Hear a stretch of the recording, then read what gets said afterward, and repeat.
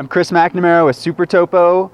I'm going to show you how to ascend on steep terrain. So this is kind of a typical steep Yosemite pitch. It's just a few feet off vertical. And when you're doing this type of terrain, use different ascending technique than on low angle terrain.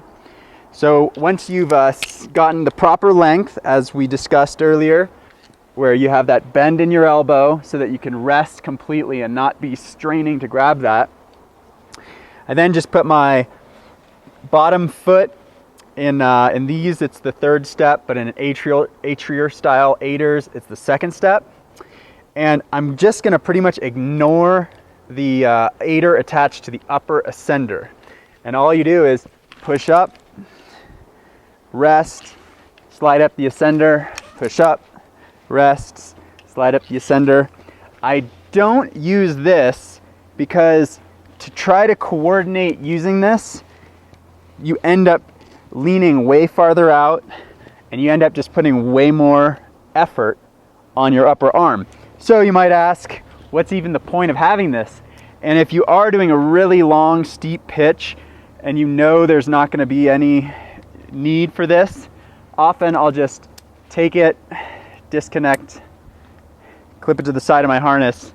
If I say you're jugging a free hanging line, this is the setup you want, because now everything's more clean and everything, this is now much lighter.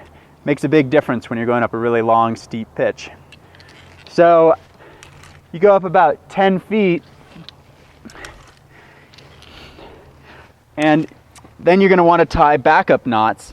Now backup knots, there's two reasons you tie them. One is there's always the chance that the ascender will come off the rope, and if you're cleaning a piece and one ascender is off the rope, there's a chance the other one could come off the rope and then you would fall to the end of the rope. This is unlikely, but it does happen. People have died this way.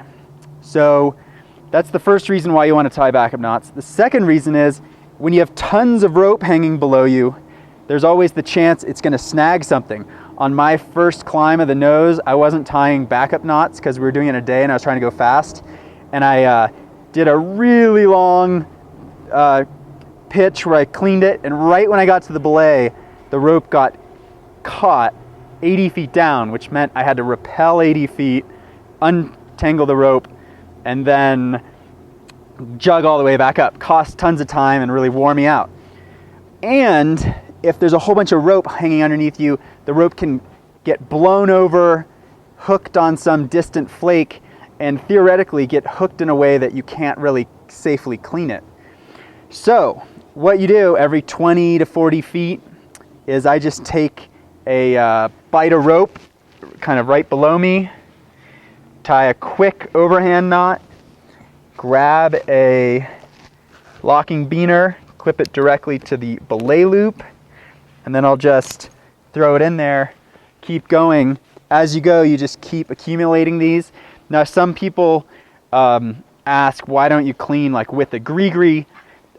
There's very rare instances where a gree-gree will automatically feed while you're going up, but it almost never happens. And so trying to do all this and feed the rope through a gree-gree doesn't really work. It does kind of work well with the cinch, but even if you do that, you still want to tie backup knots for the reasons I outlined.